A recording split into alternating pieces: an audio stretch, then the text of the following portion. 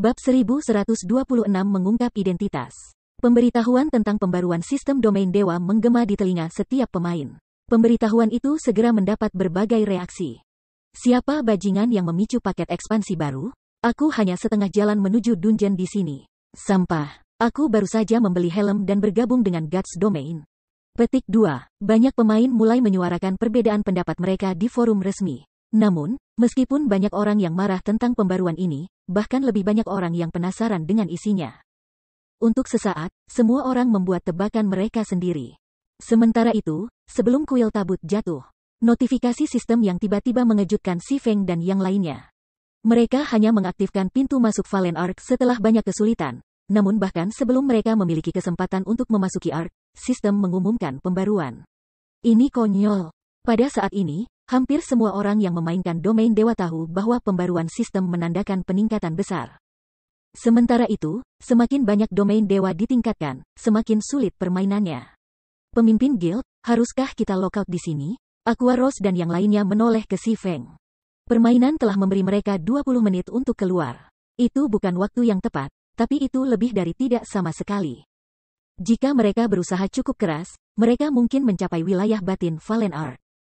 Jika mereka memasuki Bahtera setelah pembaruan sistem selesai, siapa yang tahu betapa sulitnya Bahtera itu akan menjadi? Bagaimanapun, sistem ini pasti terkait dengan aktivasi Tab Valen. Setelah memikirkan masalah ini, Si Feng memandang ke Winebridge dan Scar tak berujung dan berkata dengan serius, kami telah memutuskan untuk memasuki tabut segera.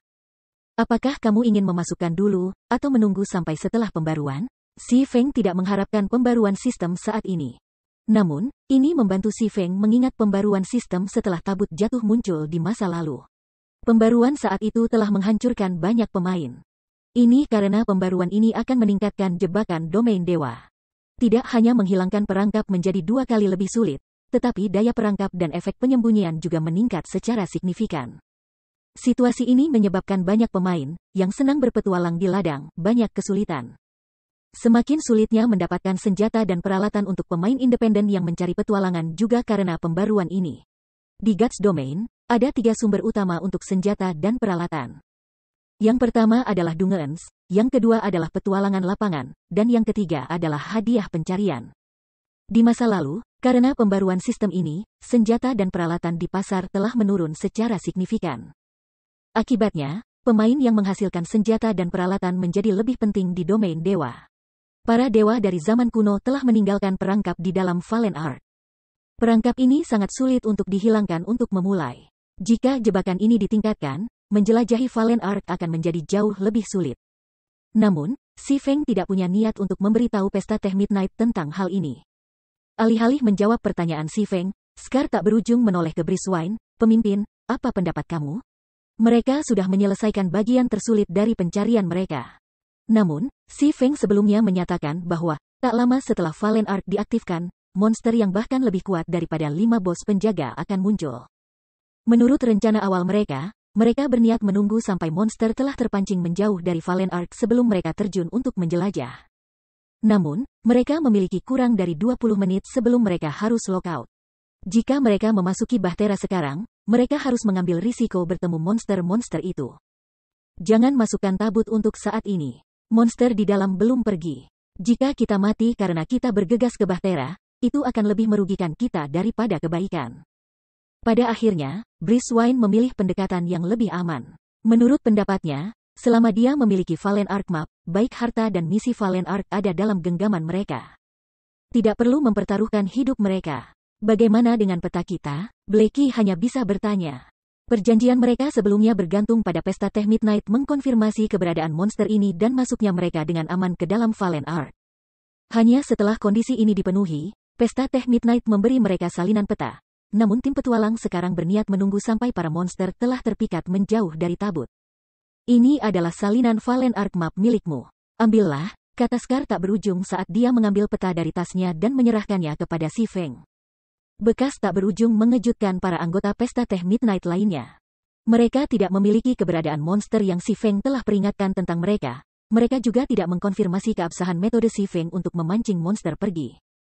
Terlalu berisiko untuk menyerahkan salinannya sekarang. Terima kasih. Si Feng mengungkapkan rasa terima kasihnya saat menerima peta. Bekas tak berujung tidak menanggapi pertanyaan timnya.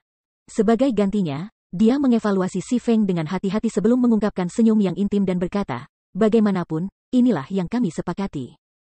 Namun, ini adalah transaksi kedua kami satu sama lain, namun aku masih belum tahu identitas kamu. Aku bertanya-tanya apakah aku bisa mendapatkan keberuntungan dari perkenalan yang benar?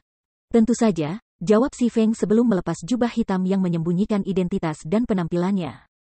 Dia kemudian memperkenalkan dirinya sendiri, aku Api Hitam. Pemimpin Guild Zero Wing. Alasan pertamanya untuk menyembunyikan identitasnya dan timnya adalah bahwa ia tidak ingin orang lain tahu apa yang menjadi kekuatan utama Zero Wing. Kedua, dia hanya tidak ingin bekas luka tak berujung tahu siapa mereka. Bagaimanapun, Endless Scar adalah perwakilan Blackwater Corporation. Bahkan jika Endless Scar tidak menunjukkan minat khusus pada Blackwater, pada akhirnya, Zero Wing dan Blackwater adalah musuh. Tidak ada salahnya untuk berhati-hati. Namun, Valen Arc Map lebih penting. Jika Endless Scar mengetahui bahwa mereka berasal dari Zero Wing, dia mungkin memutuskan perjanjian mereka untuk Valen Arc Map saat itu juga.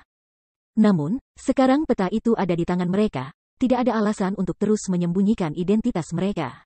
Selain itu, Endless Scar berbicara atas nama Midnight Tea Party.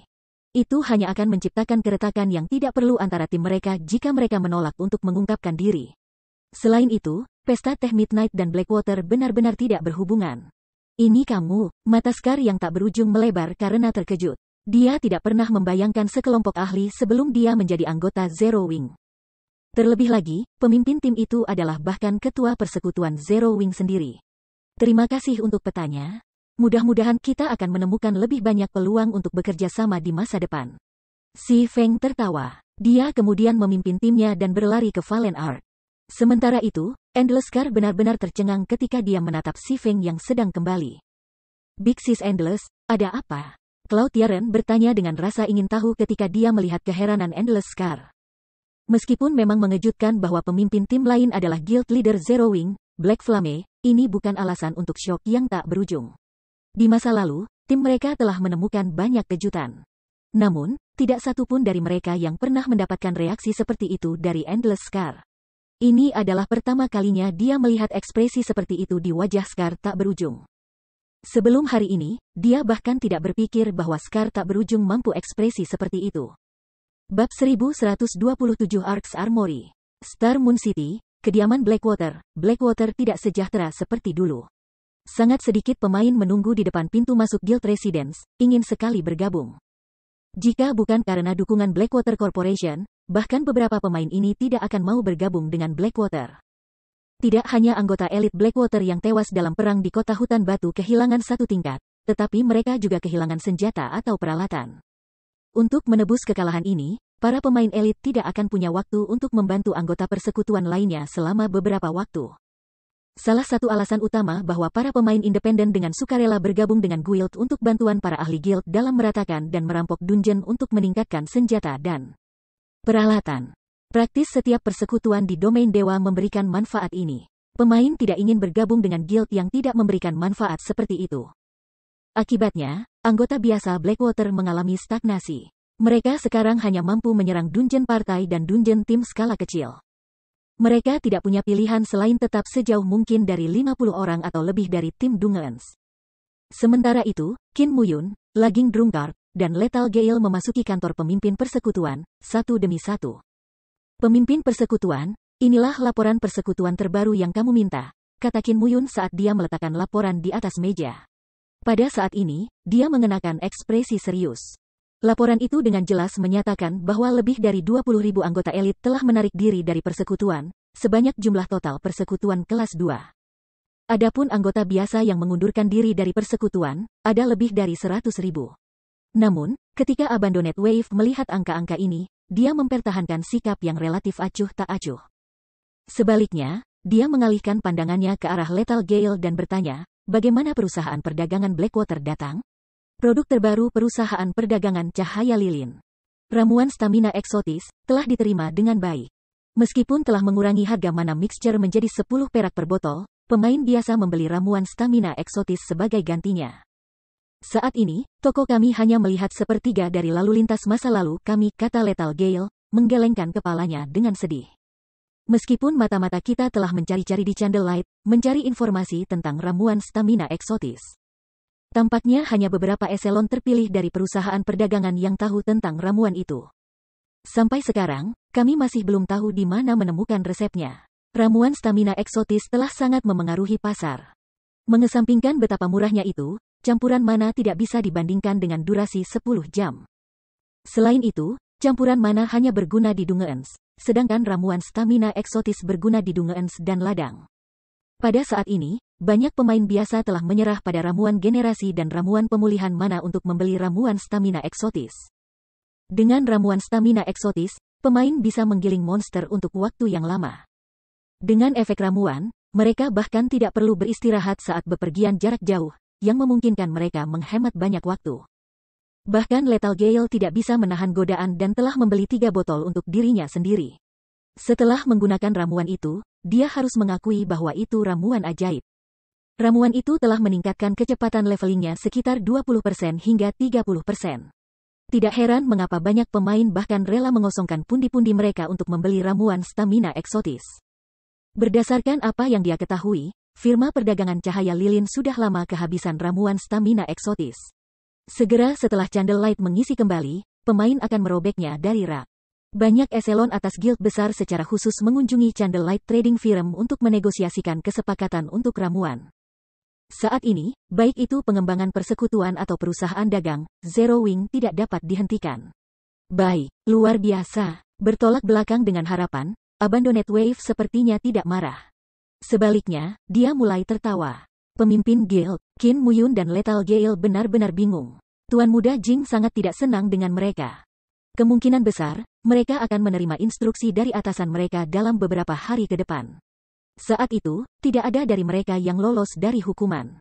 Ini terutama berlaku untuk Abandoned Wave, namun pria yang seharusnya khawatir dan marah itu sebenarnya tertawa. Apakah kejutan itu terlalu berat baginya untuk ditangani? Namun, alih-alih menjawab pertanyaan Qin Muyun dan Lethal Gale, Abandoned Wave berbalik ke arah Laging Drunkard dan bertanya dengan lembut, Drunkard. Apakah kamu menyelesaikan apa yang aku minta dari kamu? Pemimpin persekutuan, apakah kamu tidak percaya padaku? Drunkard tertawa. Dengan percaya diri, dia melanjutkan, aku sudah mengirim detail tentang para pakar Zero Wing ke Miracle Guild. Miracle telah mengkonfirmasi bahwa mereka tidak akan memberikan Zero Wing peluang kemenangan di pertandingan besok di Gelap Arena. Awalnya, dia tidak terlalu optimis kehilangan Zero Wing di arena gelap besok. Namun, setelah melakukan perjalanan ke Miracle Guild dan laporan terperinci yang dia berikan kepada Guild, kepercayaannya bahwa Zero Wing akan kalah dalam kompetisi besok telah tumbuh. Peluang untuk kompetisi yang akan datang sudah dirilis. Kemungkinannya adalah 1/3, dengan mayoritas taruhan di tim pertempuran Asura. Namun, ini hanya karena hanya beberapa orang yang tahu bahwa tim pertempuran naga jahat didukung oleh Miracle Guild. Mereka hanya menemukan ini karena hubungan Blackwater Corporation dengan salah satu eselon atas Miracle. Sangat jarang peluang di arena gelap setinggi 1/3. Biasanya, peluangnya sekitar 1/15 poin. Melihat tingkat pembayaran yang tinggi, Miracle Guild berniat untuk habis-habisan. Selain itu, persekutuan bertujuan untuk kemenangan lengkap. Pembayaran untuk kemenangan total adalah 1/7.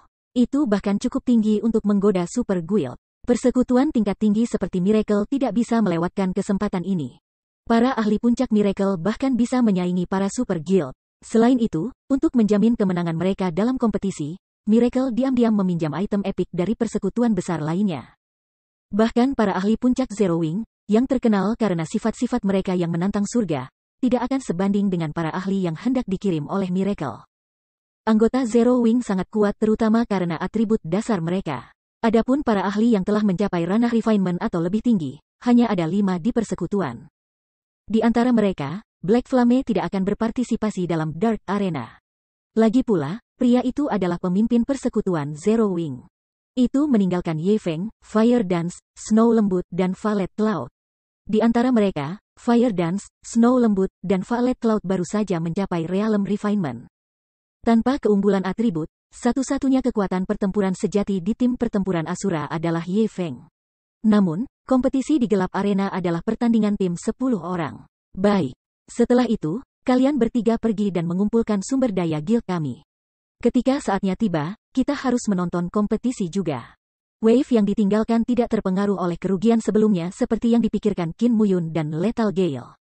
Sebaliknya, dia dengan tenang memikirkan cara untuk membalikkan situasi. Hal pertama yang perlu dia lakukan adalah memulihkan fondasi persekutuan, mendapatkan kembali senjata, peralatan, koin, dan barang-barang lain yang hilang dari persekutuan dalam perang. Gelap Arena berfungsi sebagai platform sempurna untuk melakukan hal itu. Selain itu, kekalahan Blackwater bukan tanpa makna.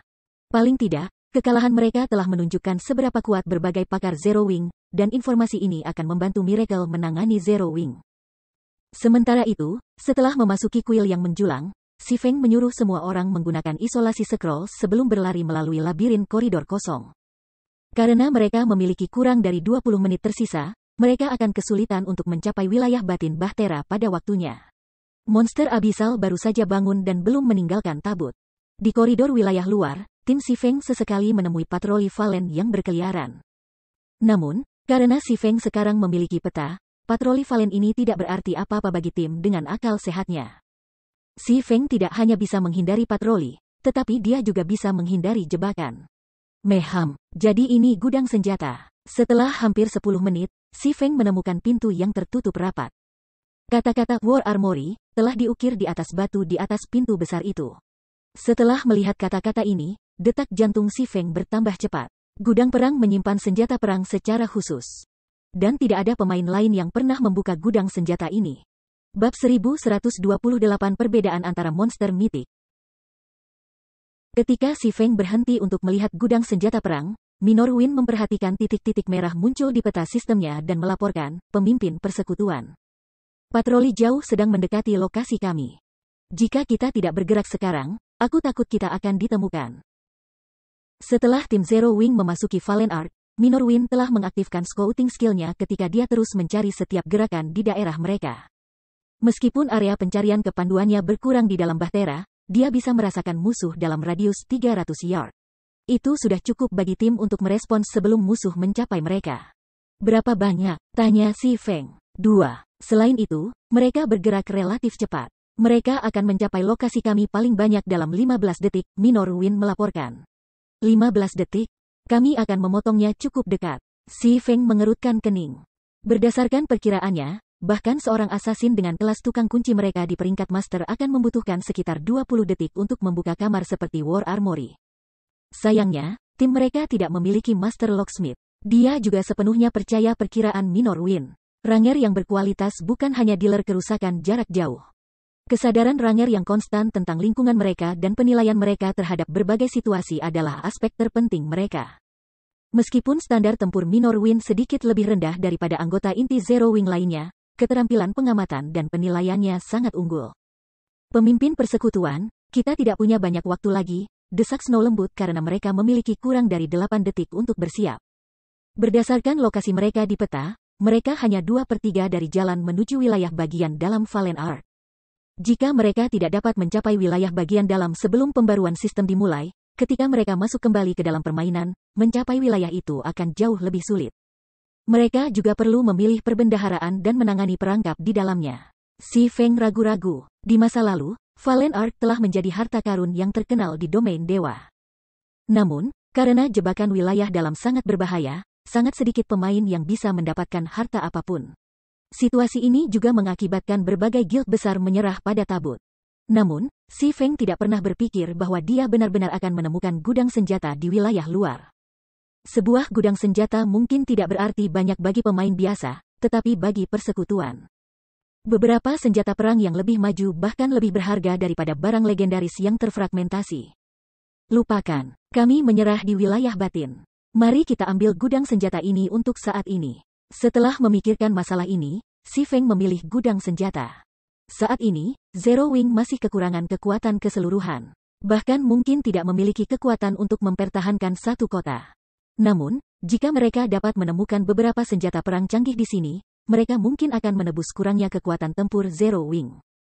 Selama mereka dapat membangun dan mempertahankan sebuah kota dengan benar, nilai kota itu akan dengan mudah melebihi 2 atau 3 item legendaris yang terfragmentasi.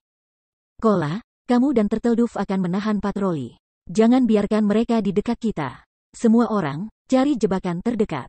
Fire Dance, Kamu akan bertanggung jawab untuk membuka kunci pintu, si Feng buru-buru memerintahkan. Dimengerti. Mendengar ini, semua orang meledak beraksi. Dua patroli Valen mirip dengan yang mereka temui di pintu masuk. Mereka berdua level 63 Great Lords dengan 57 juta HP. Namun, Kola dan Turtledove sudah lama membiasakan diri dengan pola serangan patroli. Bahkan tanpa domain kutub 9 bintang, mereka mampu berurusan dengan Great Lords. Pada saat yang sama, Fire Dance mulai membuka kunci pintu gudang senjata. Sebagai salah satu kamar rahasia Valen Ark, waktu yang dibutuhkan untuk membuka gudang senjata adalah yang sekunder. Masalah krusial adalah metode membuka kunci yang sangat kompleks. Seseorang harus memulai proses dari awal lagi jika mereka membuat satu kesalahan. Hanya setelah melepas berbagai kunci akhirnya orang bisa membuka ruang rahasia. Waktu berlalu dengan cepat. Setelah 1 menit, Fire Dance hanya setengah jalan melalui kunci pintu. Pemimpin persekutuan, 2 patroli lagi mendekat. Minorwin mengumumkan dengan cemas. Jika hanya ada 3 patroli Valen, tim mereka bisa, kurang lebih, mengelola. Namun, 4 akan menjadi masalah. Adapun mencoba membunuh patroli, itu akan sangat bodoh. Bentuk kehidupan khusus adalah keberadaan abadi. Bahkan setelah menghabiskan banyak waktu dan usaha, yang paling mereka dapatkan dari usaha itu adalah beberapa EXP. Setelah 10 menit, patroli Valen akan kembali berdiri dan siap bertarung sekali lagi. Selain itu, dengan setiap kebangkitan, patroli Valen akan menjadi lebih kuat. Hanya orang gila yang akan mencoba membunuh mereka. Wumian, kamu akan ikut denganku. Setelah api selesai membuka kunci pintu, segera masuk ke kamar. Ingat, jangan menyentuh apapun di dalam. Perintah si Feng. Dia kemudian berlari menuju 2 patroli Valen baru dengan Ye Wumian. Si Feng tidak akan mencoba untuk mengambil salah satu patroli jatuh secara langsung. Sebagai gantinya, dia mengaktifkan Aura of Earth sambil menangkis serangan patroli. Dengan cara ini, dia tidak hanya dapat mengurangi kerusakan yang dia terima, tetapi dia juga bisa mengurangi beban pada tabib tim. Namun, seiring berjalannya waktu, deru keras menggema dari koridor yang jauh. Raungan kemarahan bergema melalui koridor yang luas. Sudah, ekspresi si Feng menjadi gelap. Monster abisal telah terbangun jauh lebih cepat dari yang dia perkirakan. Jika monster ini menemukan timnya, tidak ada dari mereka yang akan keluar dari sini hidup-hidup. Tim si Feng bukan satu-satunya yang mendengar raungan. Anggota The Midnight Tea Party, yang menunggu di luar Valen Ark dengan tenang, mendengar raungan yang memekakkan telinga juga. Api hitam benar-benar tidak bohong. Briswine tidak bisa tidak merayakan di dalam ketika dia mendengar deru ini. Fakta bahwa raungan ini begitu dalam dan bisa mencapai jauh-jauh di sini berarti bahwa monster ini setidaknya adalah peringkat mitik. Untungnya, mereka telah melakukan perdagangan dengan si Feng. Jika tidak, bahkan jika mereka telah mengaktifkan Valen Ark sendiri setelah mendapatkan kelas tier 2 mereka tidak akan memiliki cara untuk menyelesaikan pencarian mereka. Perbedaan antara kekuatan monster mitik dan Grand Lords terlalu besar. Bahkan jika seluruh tim mereka mencapai tier 2, tidak mungkin mereka bisa mengalahkan monster mitik pada level yang sama, apalagi monster mitik dari level yang lebih tinggi. Anggota tim lainnya mengangguk setuju. Terlepas dari perang gelap dan beberapa pendapat orang lain tentang si Feng, mereka harus mengakui bahwa si Feng telah sangat membantu mereka. Sementara itu, sebelum Armory Valen Ark, Fire Dance akhirnya membuka kunci pintu ke ruang rahasia. Pemimpin persekutuan, pintunya terbuka. Baik, kalian masuk dulu. Kola, mulailah bergerak perlahan menuju gudang senjata. Membuka pintu yang tertutup rapat tidak diragukan lagi merupakan kabar baik bagi si Feng. Segera, dia menyuruh semua orang mundur ke gudang senjata. Ketika si Feng dan yang lainnya mencapai pintu masuk armory, si Feng, Kola, dan Met lainnya merasa tubuh mereka menjadi berat. Seolah-olah mereka telah tenggelam dalam lumpur, sangat sulit untuk bergerak. Tidak baik, monster-monster itu telah tiba. Cepat masuk, si Feng panik. Segera, dia mengaktifkan Heavenly Dragon's Power dan memulihkan kemampuannya untuk bergerak. Dia kemudian mengambil Magic Scroll berwarna biru laut dari tasnya. Scroll Magic ini tidak lain adalah Scroll Magic Tier 4 yang tersisa. Daerah tempat mereka berada tidak terlalu besar, tapi dia mengerti seberapa kuat monster itu. Pemain manapun yang dibunuh monster abisal tidak akan turun hanya dengan level yang hilang. Jika itu masalahnya, para pemain di masa lalu tidak akan menyerah pada harta Valen Ark dengan mudah. Sebaliknya, monster abisal itu akan mengekstraksi jiwa abadi dari para pemain yang mereka bunuh. Para pemain tidak hanya akan kehilangan 2 atau 3 level, tetapi mereka juga tidak akan bisa masuk ke dalam permainan selama lebih dari 10 hari. Manusia. Jiwa-jiwa itu, individu-individu yang diberkati surga. Hebat, sudah begitu lama sejak aku merasakan jiwa abadi. Saat Kola dan yang lainnya bergegas ke gudang senjata, sebuah suara dingin mencapai telinga mereka, membuat mereka bergidik ketakutan. Tiba-tiba, seolah-olah patroli Valen telah dipukul. Tim menyaksikan para Great Lord terbang ke dinding koridor, tubuh logam mereka yang kuat mendatar seperti spesimen di bawah mikroskop. Selain si Feng, tidak ada pemain yang bisa bergerak. Kenapa dia begitu kuat? Monster abisal mungkin jauh melebihi Snow lembut dan sisa harapan tim. Bahkan sebelum monster itu menunjukkan dirinya, itu sudah meratakan keempat patroli jatuh menjadi kue dadar. Mereka menjadi ikan di atas talenan. Bab 1129 menggeledah gudang senjata. Benar saja, domain lengkap sangat kuat. Si Feng sedikit terkejut. Monster abisal Valen Arc jauh lebih kuat dari yang dia bayangkan. Tidak heran mengapa berbagai adik kuasa milik domain tidak cocok dengan monster-monster ini di masa lalu. Ini pasti pertama kalinya si Feng bertemu dengan monster mitik yang menggunakan domain lengkap. Secara umum, hanya tier 4 NPC yang dapat menggunakannya.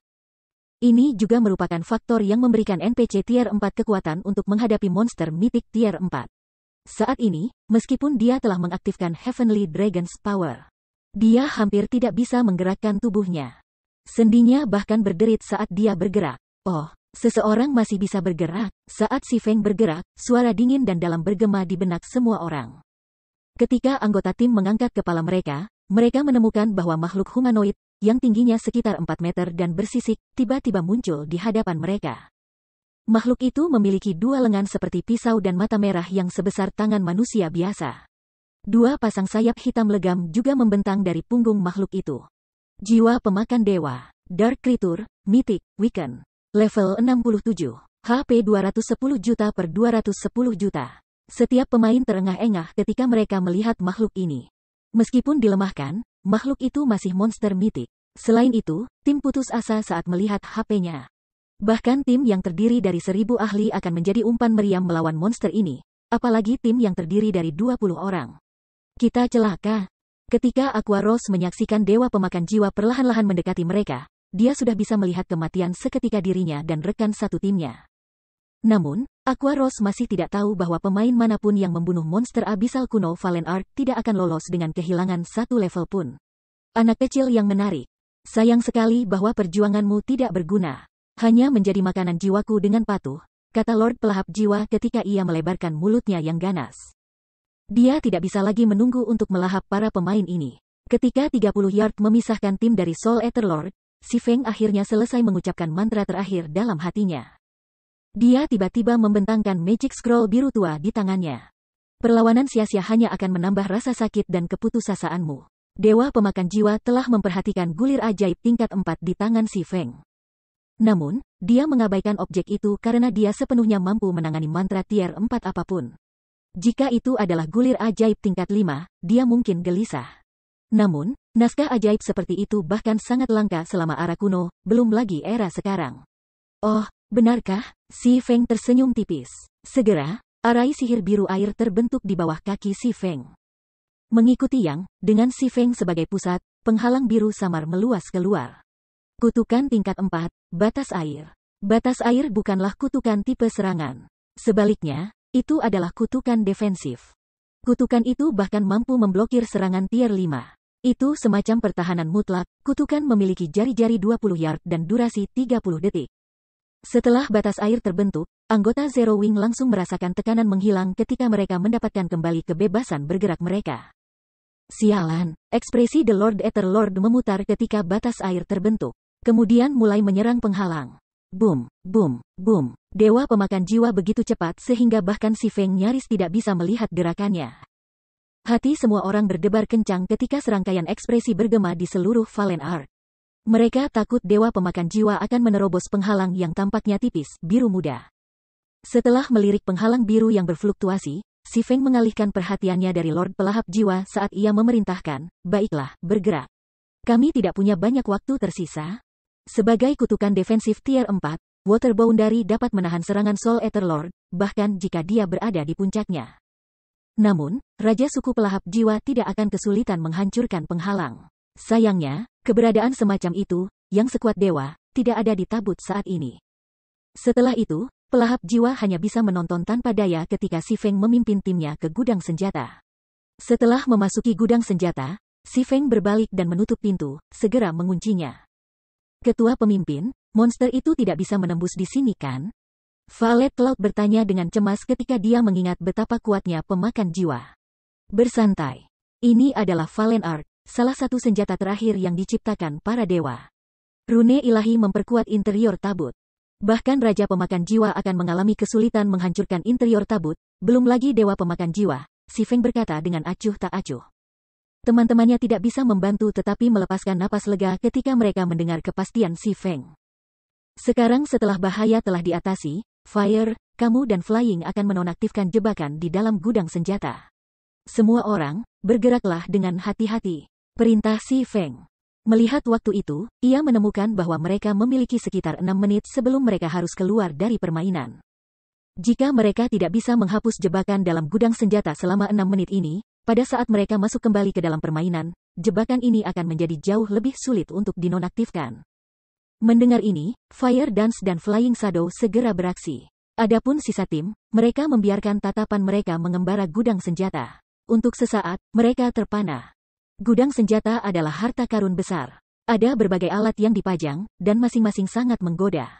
Pemimpin persekutuan, lihat ke sana. Meriam Mana Pulse, mereka bahkan peringkat menengah. Selama perang melawan aliansi Star, Si Feng telah menghabiskan 20.000 emas untuk membeli meriam Mana Pulse dasar. Satu serangan dari meriam bisa menyaingi kekuatan mantra penghancuran skala besar tier 4.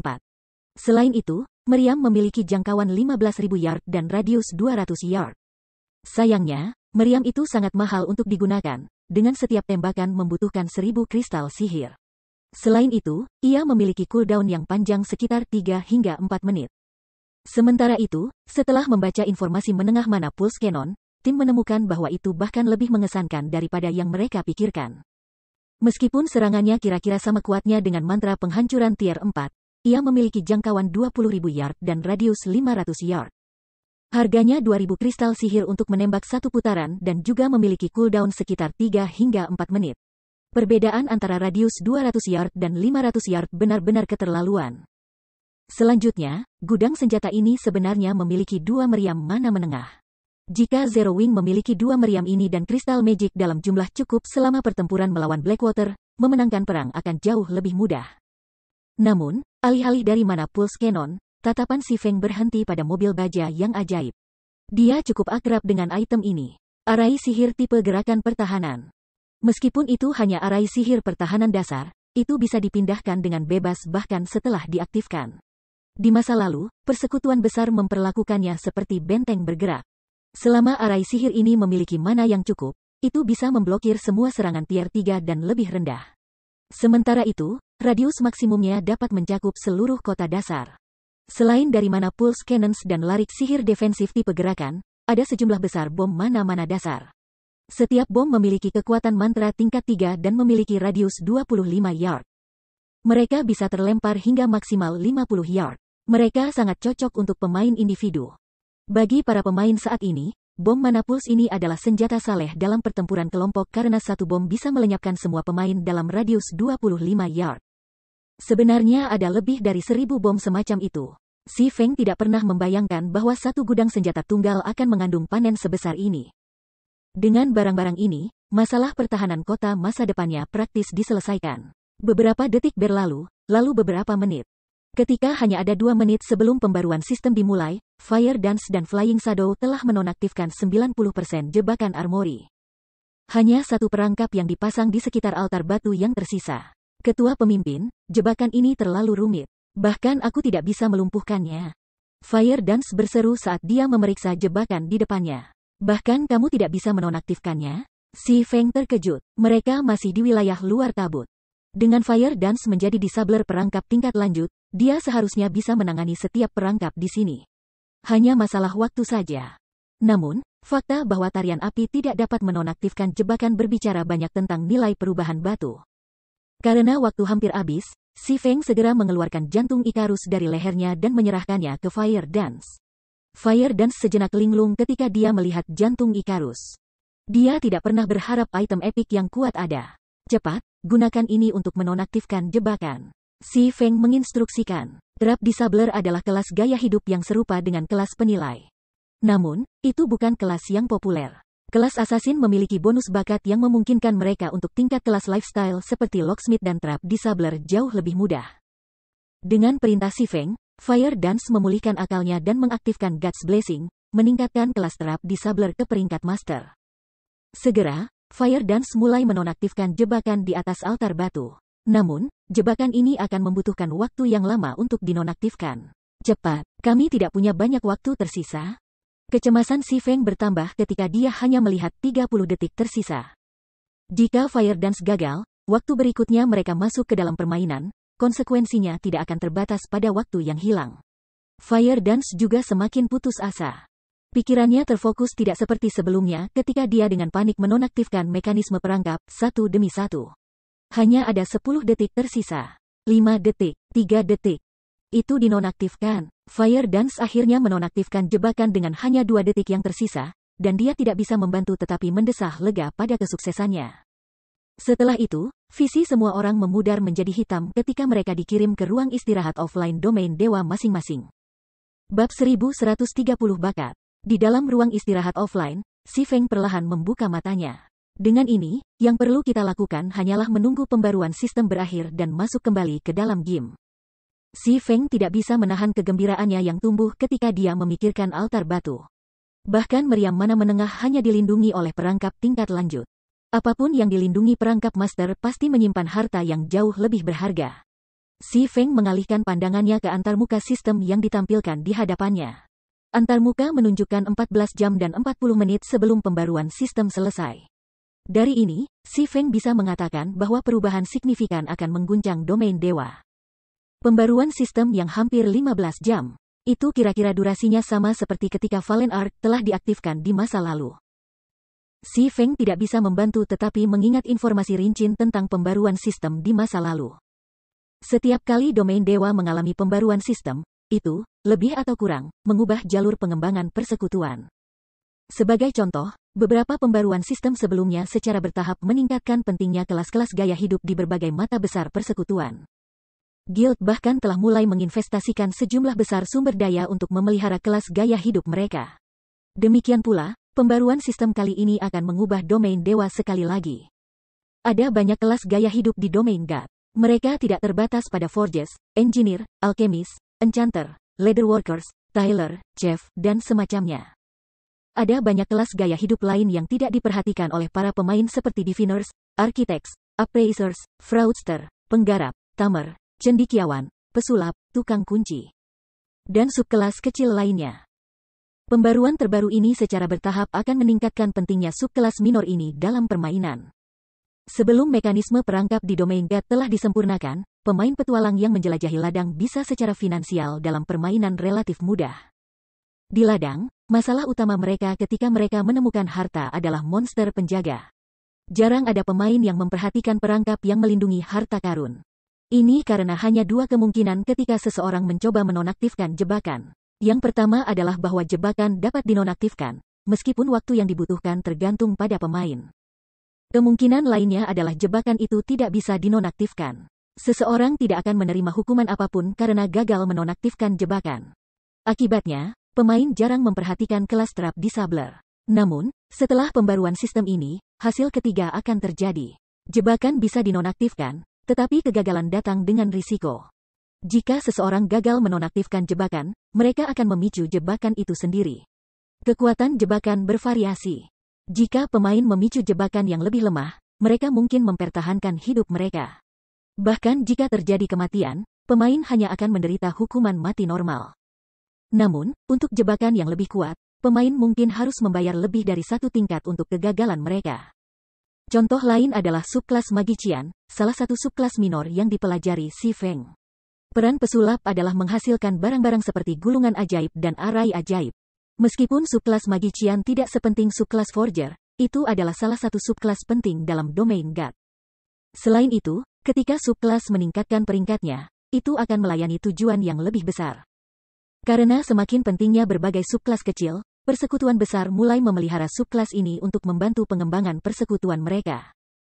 Tampaknya aku harus meminta melankolik untuk mulai mengumpulkan purple dew dan bunga 5 warna setelah aku masuk kembali. Setelah beberapa pemikiran, Si Feng memutuskan untuk mulai memelihara sekelompok pemain dengan subkelas kecil. Subkelas minor tidak sesulit untuk ditingkatkan seperti subkelas utama. Tidak perlu mengeluarkan banyak persediaan bahan untuk coba-coba. Seseorang hanya perlu mencapai standar teknis tertentu untuk naik melalui pangkat. Ambil subkelas Magician misalnya. Jika pemain menghasilkan basic magic arai, mereka akan menjadi basic Magician. Jika mereka menghasilkan arai sihir tingkat menengah, mereka akan menjadi penyihir tingkat menengah. Tidak perlu mengumpulkan sejumlah besar poin kemahiran, promosi semata-mata tergantung pada keterampilan teknis pemain.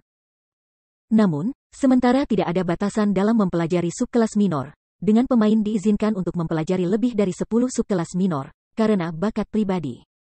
Tidak semua orang bisa menaikkan subkelas ke peringkat menengah atau lanjutan, apalagi peringkat master. Karena hal ini, pemain harus belajar hanya subkelas minor yang mereka mahir jika mereka ingin maju ke tahap yang lebih tinggi dalam permainan. Namun, bagaimana seharusnya seorang pemain menentukan subkelas minor mana yang mereka mahir? Di masa lalu, cara paling populer untuk menguji kemampuan mereka adalah ramuan bakat. Selama pemain meminum talent potion, sistem akan memberikan serangkaian tes. Setelah menyelesaikan tes ini, sistem akan memberitahu pemain tentang subkelas yang paling cocok untuk mereka. Dengan cara ini, pemain tidak perlu membuang waktu untuk meneliti apakah mereka cocok untuk subkelas tertentu atau tidak. Tentu saja, jika pemain menyukai subkelas tertentu, mereka dapat mempelajarinya terlepas dari apakah mereka memiliki bakat. Mereka tidak akan bisa maju dengan cepat.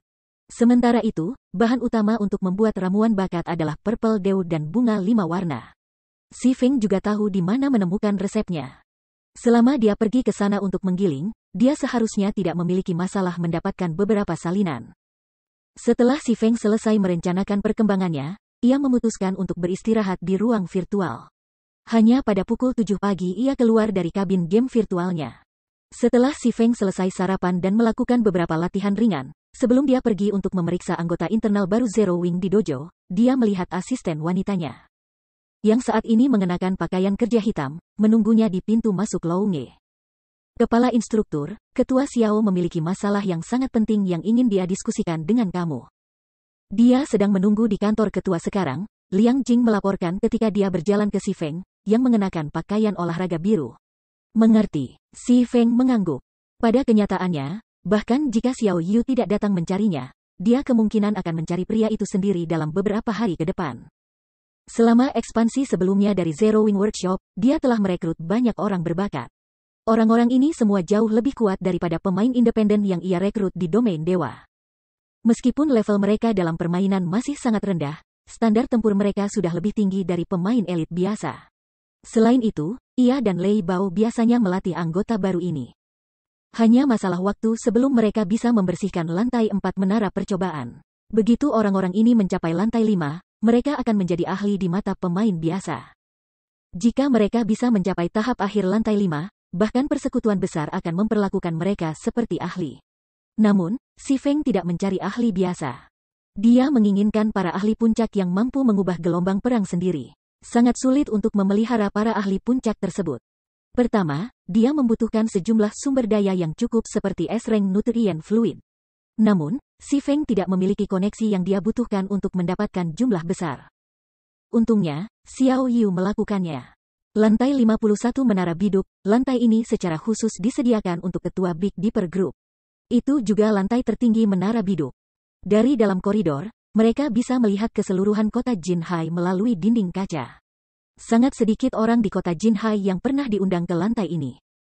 Bahkan Liang Jing, asisten senior ketua Xiao, tidak pernah menginjakan kaki di lantai ini. Secara umum, dia menunggu ketua di lantai 50. Ketika Liang Jing mengikuti Si Feng ke kantor ketua, dia menghela nafas dengan sedih saat dia menatap punggung Si Feng. Jika bukan karena Direktur Xiao yang mengizinkannya membawa Si Feng ke sini, dia tidak akan pernah memiliki kesempatan untuk melihat lantai ini. Ketika Liang Jing membuka pintu ke kantor ketua, sebuah kantor seukuran lapangan basket muncul di depan matanya. 3 orang duduk di depan jendela Perancis kamar. Si Feng akrab dengan ketiganya. Salah satunya adalah Xiao Yu, yang lain adalah Gan Xingteng, pria botak yang telah sepenuhnya dikalahkan oleh Fire Dance, dan Xie Qiwen terakhir, pemuda tampan dengan tubuh sekuat Lei Bao. yang dikenal sebagai jenius bertarung White Tiger Dojo.